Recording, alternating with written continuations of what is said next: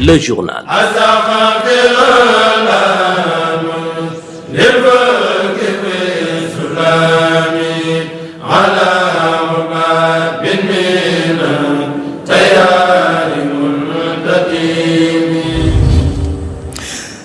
Mesdames et messieurs, bonsoir et bienvenue sur la première chaîne IPTV au Sénégal. C'est l'heure de votre journal. Au sommaire de cette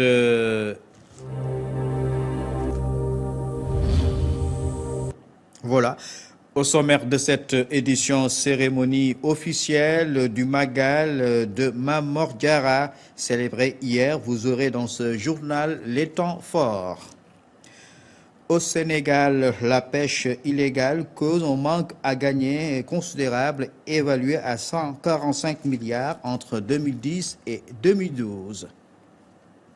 Sur l'international, pluie diluvienne aux États-Unis, on a enregistré 120 mm3 d'eau, entraînant d'ailleurs une paralysie de la mobilité.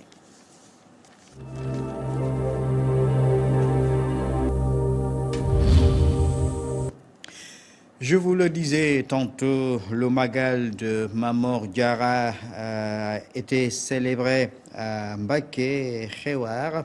La cérémonie officielle s'est tenue dans la soirée en présence du ministre Mbagnick Ndiaye, venu représenter le chef de l'État Macky Sall. C'était sous l'égide du khalife de la famille, Serigne Abdoulaye Mbacké Yalaye Bour.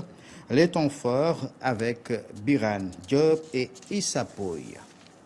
Le Magal de Mame Mor Diarra Mbacké, frère aîné de Serigne Touba, a baissé ses rideaux avec la cérémonie officielle organisée tard dans la nuit du 13 août 2014. L'État du Sénégal était représenté par Mbagnick Ndiaye, ministre de la Culture, qui conduisait une forte délégation au nom du chef de l'État Macky Sall. Après avoir livré son discours d'usage d'homme politique sollicitant des prières à l'endroit du Sénégal et du président de la République, en particulier le ministre de la Culture, a assuré toute la famille de Borom Sam de la déférence et de la considération que le chef de l'État voue en elle.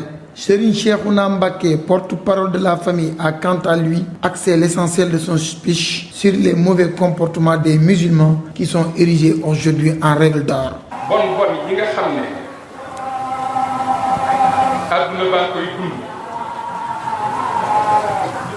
Les turpitudes des hommes dans ce monde d'aujourd'hui, frappé par les inondations, les tremblements de terre, n'épargnent pas le Sénégal, qui est aussi touché par ce fléau. Ainsi, le retard des pluies qui a fait couler beaucoup d'encre ces temps-ci est malgré tout une preuve de la miséricorde divine. À ce stade actuel, les mauvais comportements qui prévalent et leurs conséquences ne sont imputables qu'à nous-mêmes.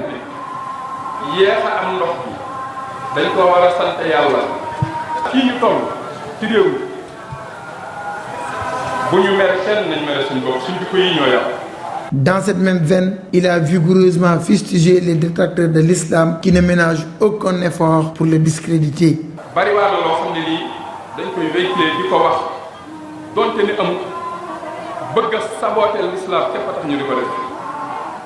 Les détracteurs de l'islam distillent des rumeurs pour jeter le discrédit sur notre religion, l'islam. La détermination des pays occidentaux pour amoindrir l'impact de l'islam demeure leur seul credo, et ce à jamais. Donc ceux qui faisaient face au prophète et à Serigne Touba sont plus que déterminés aujourd'hui à lutter contre l'islam.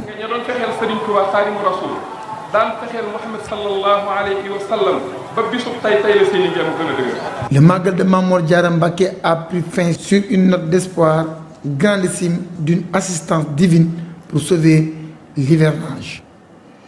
Nous restons toujours dans la religion pour évoquer à présent l'histoire, l'étape de Louga dans l'itinéraire de Cheikh Ahmadou Bamba Khadimou Rassoul et d'une importance capitale. Birane Diop nous trempe dans les péripéties de ce voyage mémorable du Cheikh. Le 10 août 1895, c'est la rencontre du Cheikh avec le clerc à la tête d'un important détachement venu procéder à son arrestation. La volonté de Cheikh Ahmadou Bamba de ne pas quitter sitôt Djewal était manifeste et il y passa la nuit sur recommandation de son seigneur aux dépens des colons. Après la prière du matin, il quitta cet endroit pour Koki où il passa la journée. À partir de ce moment, il commença la composition de son poème comprenant les noms des compagnons qui avaient assisté à la bataille de Bedr en l'an 2000 de l'Hégire. C'est à la fin de la journée de dimanche qu'il quitta Koki après la prière du Chat. Le cheikh raconte: cette nuit-là, j'étais monté sur un jument si rapide que les chevaux des gardes se donnaient grand-peine pour le rejoindre. Ils arrivèrent à Louga et y passèrent la journée. Nous arrivâmes à Louga avant la prière du matin, après que j'eusse passé la nuit en marche en récitant le Saint-Coran. Après la prière d'astre, le cheikh embarqua dans le train en partant à Saint-Louis. Au moment de prendre le train à Louga en direction de Saint-Louis, la sagesse suivante fut révélée au cheikh.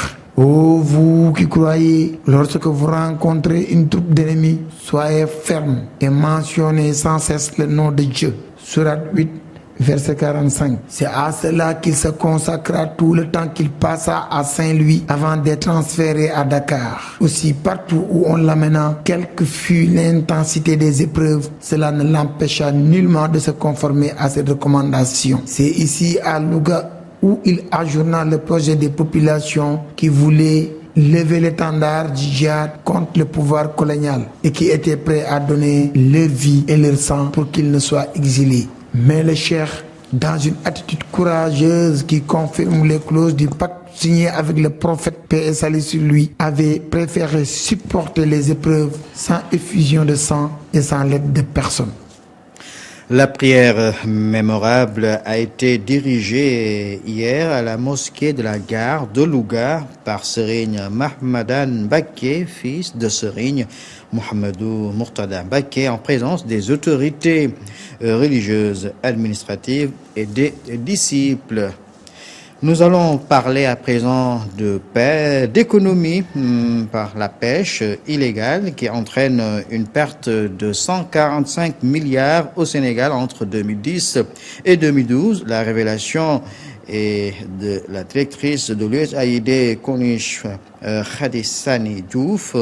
Pour mettre un terme à ce préjudice, l'État, avec l'aide des États-Unis, ont mis un dispositif en place pour traquer les bateaux frauduleux. Mahmoud El Boko.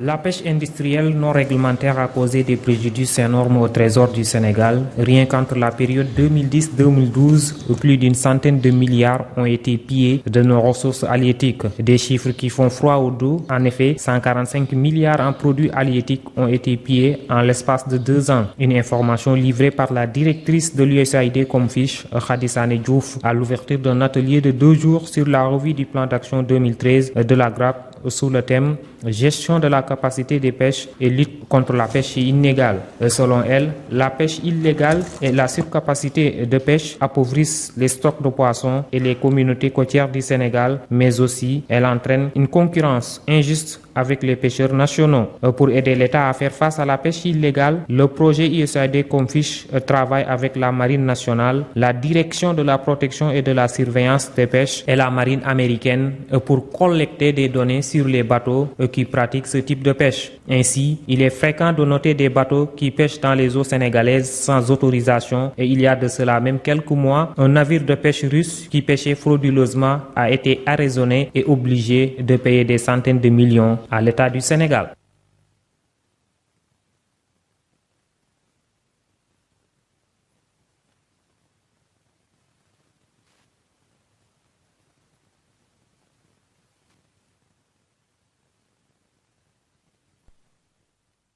Voilà, je m'excuse pour rappel donc que les 534 diplômés de la 40e promotion de la police et de la 29e promotion de l'administration pénitentiaire sont invités au respect des exigences de leur profession.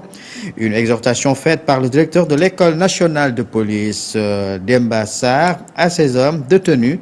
C'était ce matin lors de la cérémonie de sortie de ces 2 promotions. Nous allons parler de santé à présent. Nous faisons connaissance avec cette maladie rebelle, le virus Ebola, manifesté dans 3 pays de l'Afrique de l'Ouest, la Guinée, le Libéria et la Sierra Leone, faisant plus de 1000 morts depuis le début de cette épidémie.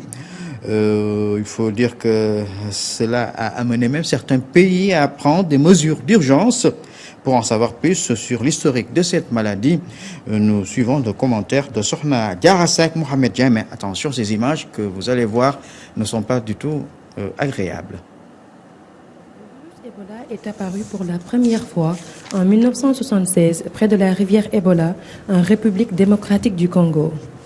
Il s'est introduit dans la population humaine après un contact étroit avec du sang, des sécrétions, des organes ou des liquides biologiques d'animaux infectés. En Afrique, l'infection a été constatée après la manipulation de chimpanzés, de gorilles, de chauves-souris, de porcs-épics retrouvés malades ou morts. Il se propage ensuite dans les communautés par transmission interhumaine à la suite de contacts directs avec du sang ou de contacts indirects avec l'intermédiaire d'environnements contaminés par ce type de liquide infecté.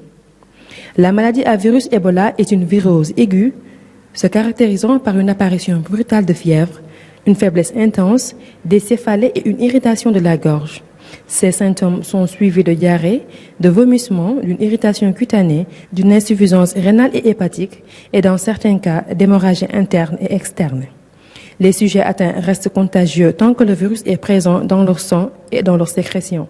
La durée d'incubation, c'est-à-dire le temps écoulé entre l'infection par le virus et l'apparition des premiers symptômes, varie de 2 à 21 jours.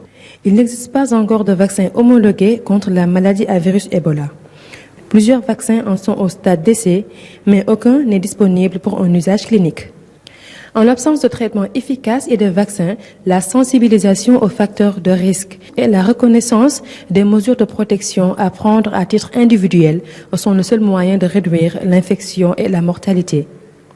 Il n'est pas toujours possible d'identifier rapidement les patients présentant une maladie à virus Ebola, car les symptômes initiaux peuvent manquer de spécificité.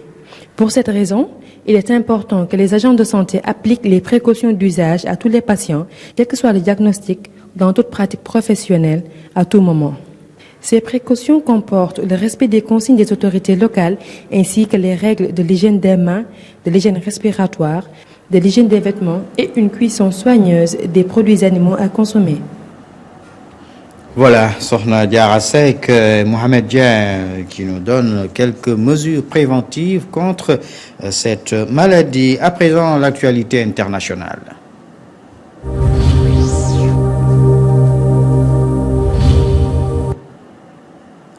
À la bande de Gaza, avec le cessez-le-feu, la vie reprend peu à peu son cours à Gaza. Au deuxième jour sans combat, les marchés sont à nouveau présents et les habitants de Gaza tentent d'aller de l'avant.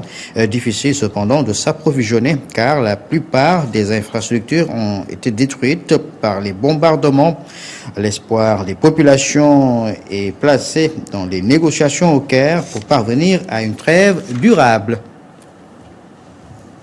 En Irak, Washington commence à armer les combattants kurdes. Les États-Unis ont envoyé 130 conseillers militaires, ajoutés aux centaines de marins envoyés. L'Union européenne hésite encore à faire de même. Bruxelles envisage d'envoyer un soutien logistique au Peshmerga, mais les 28 pays ne s'entendent pas encore sur la méthode la plus appropriée. Aux États-Unis, inondations spectaculaires à Détroit, dure journée pour les habitants de cette région dans le Michigan qui ont été confrontés hier à d'importantes intempéries. Environ 120 mm3 d'eau sont tombés sur la région, une pluie qui a entraîné des inondations, les routes, les voitures totalement immergées. Et pour terminer, au Canada, face au virus Ebola, le Canada donc va faire don à l'OMS un vaccin expérimental développé dans ses laboratoires publics. Seuls 800 à 1000 doses de ce vaccin seront utilisées. Hier, une commission d'experts de l'OMS a estimé qu'il était conforme à l'éthique médicale d'utiliser les vaccins non homologués pour traiter et prévenir l'épidémie sur le terrain. La Croix-Rouge en Guinée continue le traitement.